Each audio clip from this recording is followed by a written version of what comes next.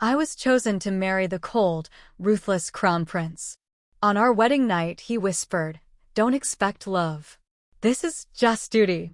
But every time I tried to leave, he pulled me closer. One night, I found a hidden letter in his study, a love letter with my name on it. My hands trembled as I read his words, but just as I turned around, he stood behind me and said, "You weren't supposed to see that." His next words changed everything. We didn't fall in love. We didn't even date. Our marriage was arranged. Yes, that still happens, especially when your dad's in massive debt and the other family has the power to wipe it clean. My mom called it a blessing. I called it a prison. Brandon and I got married at St. Michael's Church in front of 500 people, most of whom didn't know me and didn't care. He didn't kiss me during the vows. He barely looked at me. Later that night, in our hotel suite, while I was still in my dress, he said, "Don't expect love. This is just duty." He walked into the other room and shut the door. I didn't see him again until breakfast. At first, I tried to be what they wanted. Pretty, polite, quiet. I hosted events with his mother.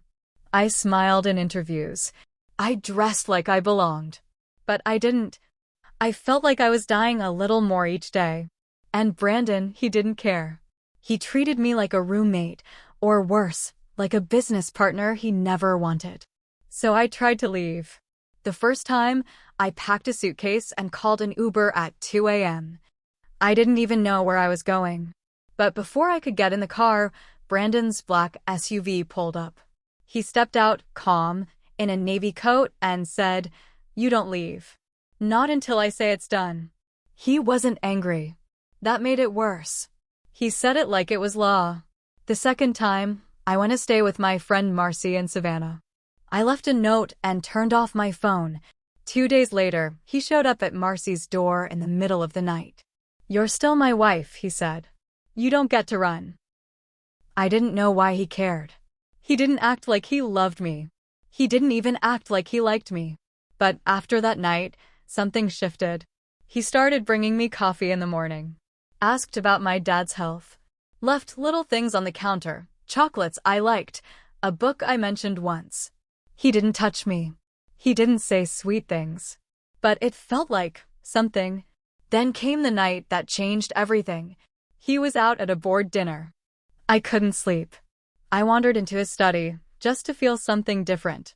That room always felt off limits. I'd never touched anything. But that night, something made me look. I found a stack of folders on his desk. Underneath, there was a cream envelope. No address. Just my name, written by hand. I knew I shouldn't. But I opened it. It wasn't long. But every word hit me in the chest. It said he remembered me from years ago. Before the engagement. Before the money. He said he knew what my laughs sounded like. That I once cried behind the church after losing my dog, and he'd wanted to comfort me but didn't. That he watched me grow up from a distance. That he had loved me for a long time. But he couldn't show it, because of his family. Because of the deals. Because they wanted him to marry someone else. Someone from another family. Someone useful. And then the line that made my knees weak. They gave me someone else. But I made sure it was you. My fingers were shaking. I didn't know what to think. I was hurt, confused, angry. That's when I heard the door click. I turned, and he was standing there, wet from the rain, still in his suit. "You weren't supposed to see that," he said, voice flat. I stared at him, holding the letter like it was burning in my hand. "Then why write it?" I asked. He didn't look away. "Because I had to tell you, even if you never saw it."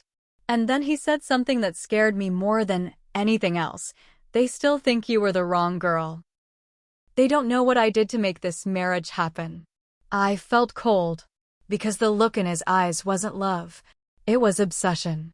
And that's when I realized I wasn't a wife. I was a possession. I didn't sleep that night. I stayed in the guest room with the door locked, even though I knew it wouldn't stop him if he wanted to come in. I kept the letter folded in my hoodie pocket like a knife. My mind was racing. I kept replaying what he said. They don't know what I did to make this marriage happen. What the hell did that mean? The next morning, he acted like nothing happened. He sat at the table, reading the paper, sipping coffee. You should eat something, he said, like he was just any husband. I stared at him. Tell me what you meant last night. He didn't look up. It's not important. Yes, it is, I snapped. He folded the paper slowly. You wouldn't understand. And if you did, you'd hate me for it. I already do, I said. That made him pause. For a second, I thought I saw something crack in his face. But he covered it up fast. I saved you, he said. You don't even know from what. I left the house that afternoon. I needed space. I drove to the old neighborhood I grew up in. Sat in front of the now-abandoned bakery where I used to get cookies after school. I thought about the life I could have had. A small house. A normal guy. Maybe some peace. Instead, I was married to a man who never touched me, never kissed me, but somehow watched me for years and maneuvered my life like a game board. That night, I did something I hadn't done in a long time. I called his mother. Her voice was tight and cold. Lauren, to what do I owe the call? I have questions, I said. There was silence. Then, you found the letter, didn't you? I froze. How do you know about it? She sighed like I was a child. Because Brandon doesn't do anything without a reason. And he doesn't write unless he wants something. What did he do? I asked. What does he mean when he says he made the marriage happen? She didn't answer at first. Then she said, Do you really want to know what kind of man you married? I said yes. She said, Then come see me. But come alone. I drove to the Whitaker estate the next day. Not the downtown penthouse Brandon and I lived in the old estate on the edge of the water, the one they used for fundraisers and family meetings. I was shaking as I walked up the stone steps. She was waiting in the parlor, dressed like she was going to a funeral. I warned him, she said as soon as I walked in. Told him that obsession isn't love. But he wouldn't listen. What did he do? I asked again. She poured tea like we were talking about the weather. Then she said, He found out your father's company was collapsing before anyone else did. He had people look into it. Found the banks that were going to call the loans. And he made it happen faster. I stared at her. What? He sped it up. Pulled strings. Your father thought it was bad luck. It wasn't. Brandon did it. Then he offered the solution. My stomach dropped. He ruined my family just so I'd be forced to marry him? She nodded once. He didn't trust fate. He made sure you had no choice but to say yes. I couldn't speak. My mouth was dry. My ears were ringing. You were the only thing he ever wanted, she said. And he was never taught how to ask. Only how to take. I left without saying another word. When I got home, he was waiting for me. You went to see her, he said. You destroyed my family, I said. His jaw tightened. I fixed it. No, I snapped. You trapped me. He walked toward me, slow and calm. You're here now. I gave you everything. I didn't ask for any of it.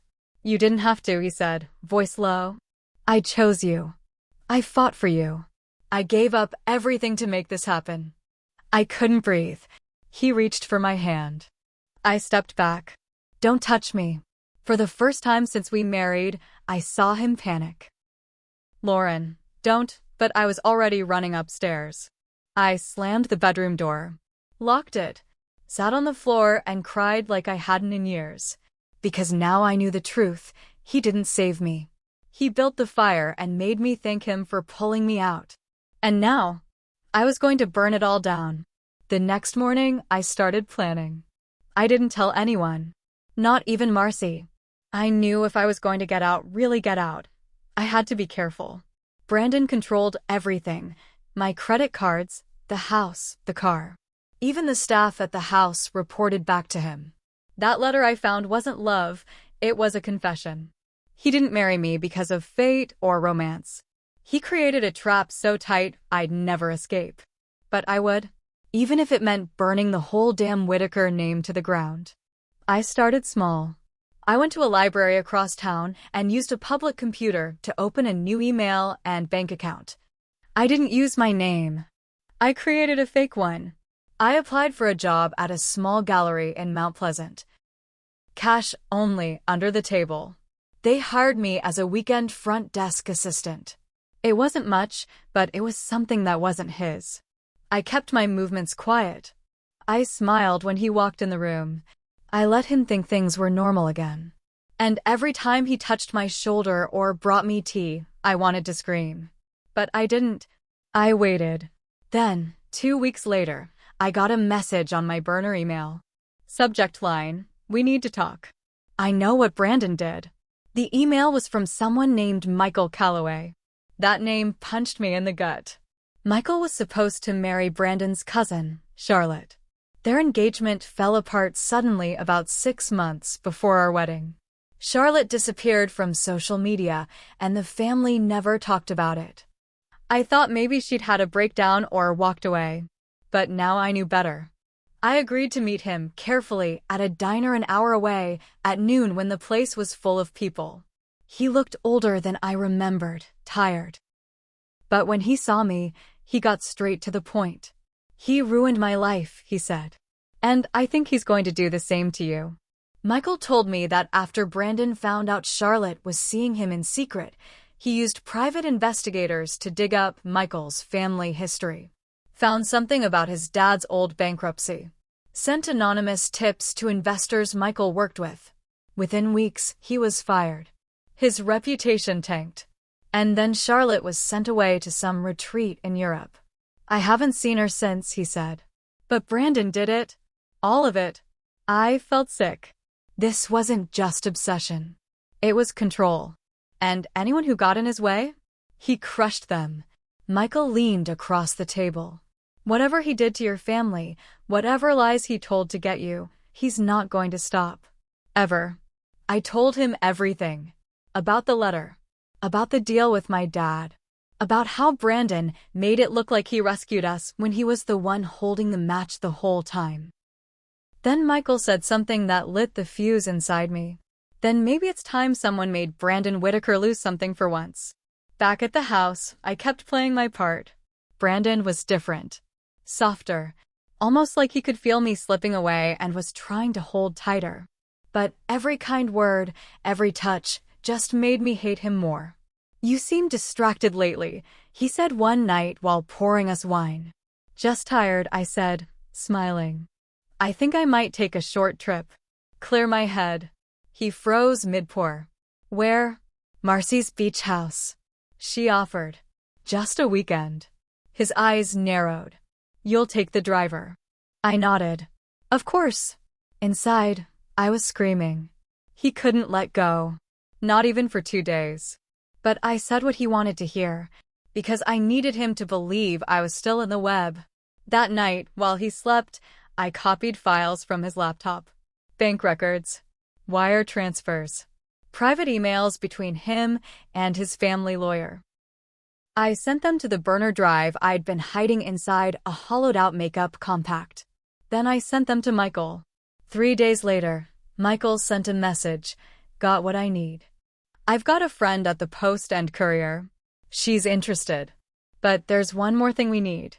We needed proof that Brandon orchestrated the financial collapse of my dad's company. A paper trail. And the only place it might exist? Brandon's father's office. The old estate. The same office where Brandon made deals, covered secrets, and kept everything locked up tight. Michael said he could get us in. He still knew one of the old groundskeepers who hated the Whitakers enough to leave a key behind. We planned it for Friday night. Brandon would be at the governor's dinner downtown. I said I had a migraine and stayed home.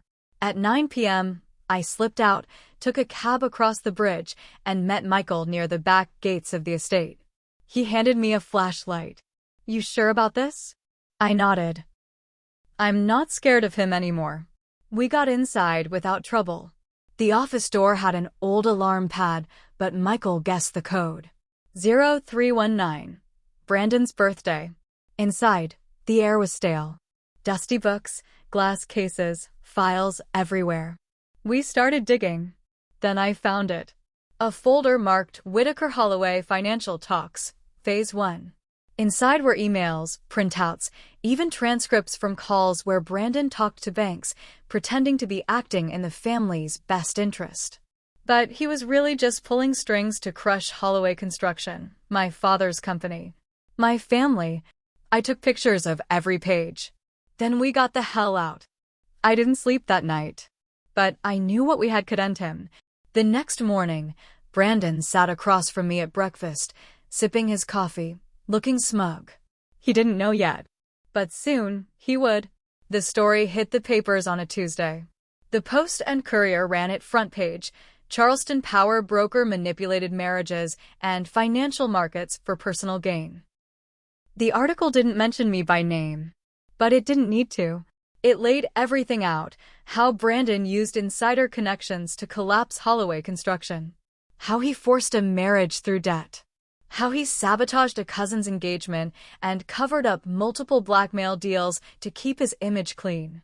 There were quotes, screenshots, wire transfer records, and most damning of all, emails between Brandon and his own father, discussing how to keep me in line if I ever tried to leave. She's too emotional, one of them said. Keep her busy. Use the money. Remind her what she owes. I waited in the house, quiet, heart-thumping, waiting for him to come home. He stormed in around 4 p.m. His tie was gone, shirt half untucked. He slammed the door behind him. You did this, he growled. I didn't flinch. He stepped toward me, face red. You think you won? You have no idea who you're dealing with. I stood. No, Brandon. You don't. He stared at me, jaw tight. You think they'll believe you? You think anyone cares about the poor girl who got saved by the big bad Whitakers? They care now, I said. Because I gave them the receipts. He was breathing hard. You're not going anywhere. I walked to the door and opened it. There were 2 uniformed officers standing there, already walking up the path. Brandon turned, stunned. Mr. Whitaker, one said. You're under investigation for financial fraud, corporate sabotage, and coercion. We need you to come with us. He looked at me. His face cracked, finally. No calm, no power. Just a man who'd finally lost control. You planned this, he whispered. Yes, I said. Every step. They cuffed him. He didn't fight. He just kept looking back at me, like he still couldn't believe it. In the weeks after, everything unraveled. More victims came forward, business partners he'd threatened, staff he'd paid off, even Charlotte, who gave a full statement from overseas about what he'd done to her and Michael. The Whitaker name started to rot. Sponsors dropped out. Investors pulled funds. A federal case opened. And me? I moved out that night. Marcy helped me rent a small apartment downtown. Nothing fancy. No house staff. Just me and silence. At first, I thought I'd feel free. But that's not how it works. Because here's the truth, I married a man I hated. But I let myself stay too long. I played the role. I took the money. I ignored the signs. Maybe not at first, but I did. And that makes me part of the story, too. I wasn't innocent. But I was done being weak. A month after his arrest, I went to visit him. Just once. He looked thinner. Less polished. Why did you do it? I asked. Why me? He looked up. His eyes were tired. Because I didn't think I was worth loving. But I thought I could be wanted if I controlled it. I stared at him, feeling nothing. You could have had me, I said. If you'd just asked. He nodded. But asking meant you could say no. I walked out. Did I get revenge?